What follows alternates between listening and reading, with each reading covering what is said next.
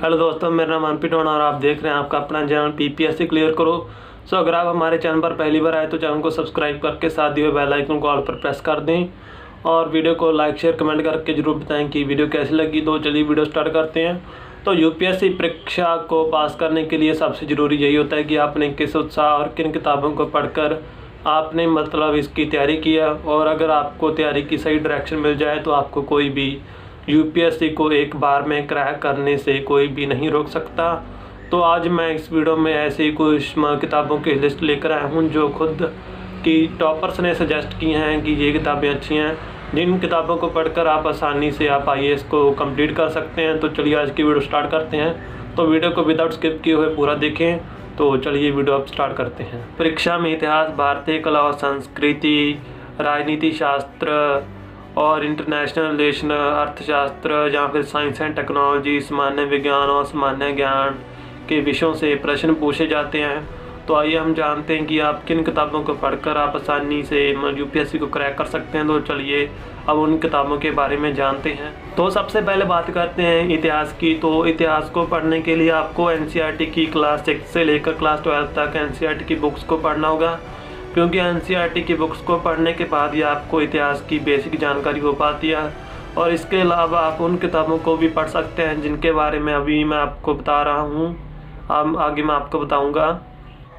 A brief history of modern India by spectrum books, post independence India by Nitin Sangwan, world history by Bipin Chandra. तो अब बात करते हैं भारतीय कला और संस्कृति की। तो भारतीय कला और संस्कृति विषय की शुरुआत करने के लिए सबसे अच्छी किताब है क्लास 11 की भारत की कला की किताब। तो इस किताब से आपको भारत की कला और संस्कृति के विषय में आपको सटीक जानकारी हो पाती है। और इस किताब के अलावा आप इन किताबों को भी पढ़ सकते हैं। Indian art and culture by Nitin Singhania, medieval India by Satish Chandra, ancient India by RS. Sharma.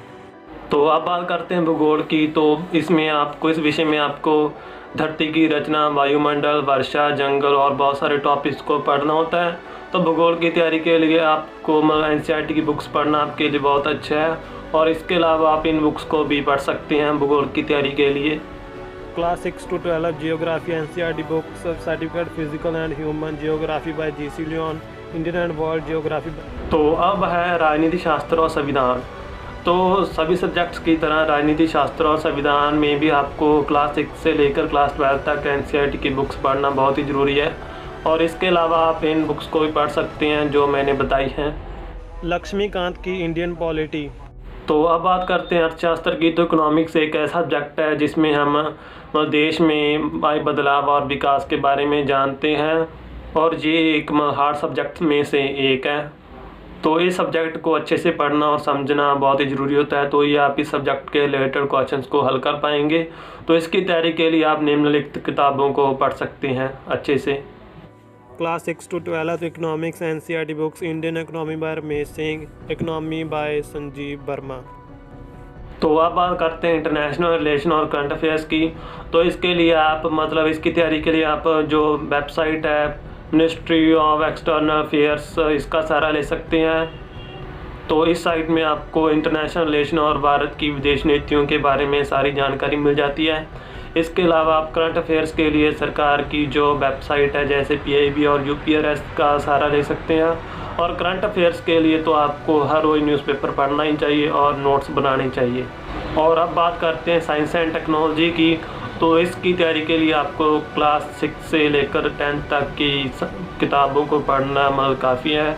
और यदि आपने ऑप्शनल सब्जेक्ट में कोई साइंस से रिलेटेड कोई भी सब्जेक्ट नहीं रखा तो इसके अलावा आपको कोई भी बुक पढ़ने की ज़रूरत नहीं। तो आज की वीडियो में बस इतना ही। मिलते हैं किसी और नई वीडियो किसी और नई जानकारी के साथ।